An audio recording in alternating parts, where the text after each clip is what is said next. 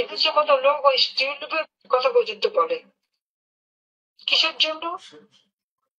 এই একটা বুড়া ভার, সে আবার একটা ছোট বাচ্চাদের নিয়ে কটূক্তি করে। লজ্জা শরম থাকা উচিত তার, লজ্জা শরম থাকা উচিত। ছেলে মেয়েদেরকে এত বেয়াদব বানিয়েছে এই রোজ এসে।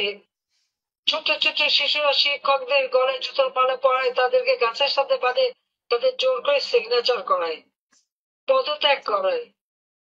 এইরকম চরম বেয়াদবি তাদের শিখিয়েছে। আমার পর্যন্ত প্রায় 15 মামলা, আর সবই হত্যা মামলা।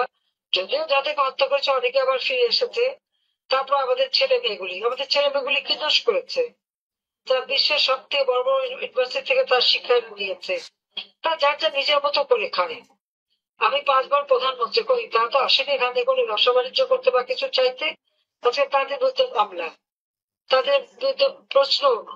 এদেশের মতো লোক ওই স্টিউলিপের কথা পর্যন্ত বলে। কিসের জন্য? এই একটা বুড়া ভার, সে আবার একটা ছোট বাচ্চাদের নিয়ে কটূক্তি করে। লজ্জা শরম থাকা উচিত তার, লজ্জা শরম থাকা উচিত। আর আপনারা যারা আছেন এখন আমার সঙ্গে যুক্ত, প্রত্যেকে আপনারা বলবো কোথায় কতজনকে হত্যা করা হয়েছে, কতজন ঘর বাড়ি ধ্বংস করা হয়েছে, আত্মীয় পরিবার পরিজনের উপরে কত অত্যাচার করা হয়েছে, সমস্ত তালিকা করতে হবে।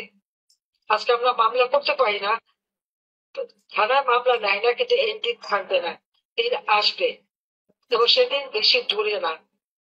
তাদের পাপের ভার পূর্ণ হয়ে গেছে, ওই ইংলিশের পাপের ভার পূর্ণ হয়েছে, তার সাথে তার যা দোষরা আছে আর চেলাচা মুন্ডরা আছে, সবগুলির বিচার বাংলার মাটিতে একদিন হবেই হবে, ইনশাল্লাহ। এটা আমি বলে দিচ্ছি। আমি যখন বেঁচে গেছি তখন নিশ্চয়ই এর একটা বিধ হবে।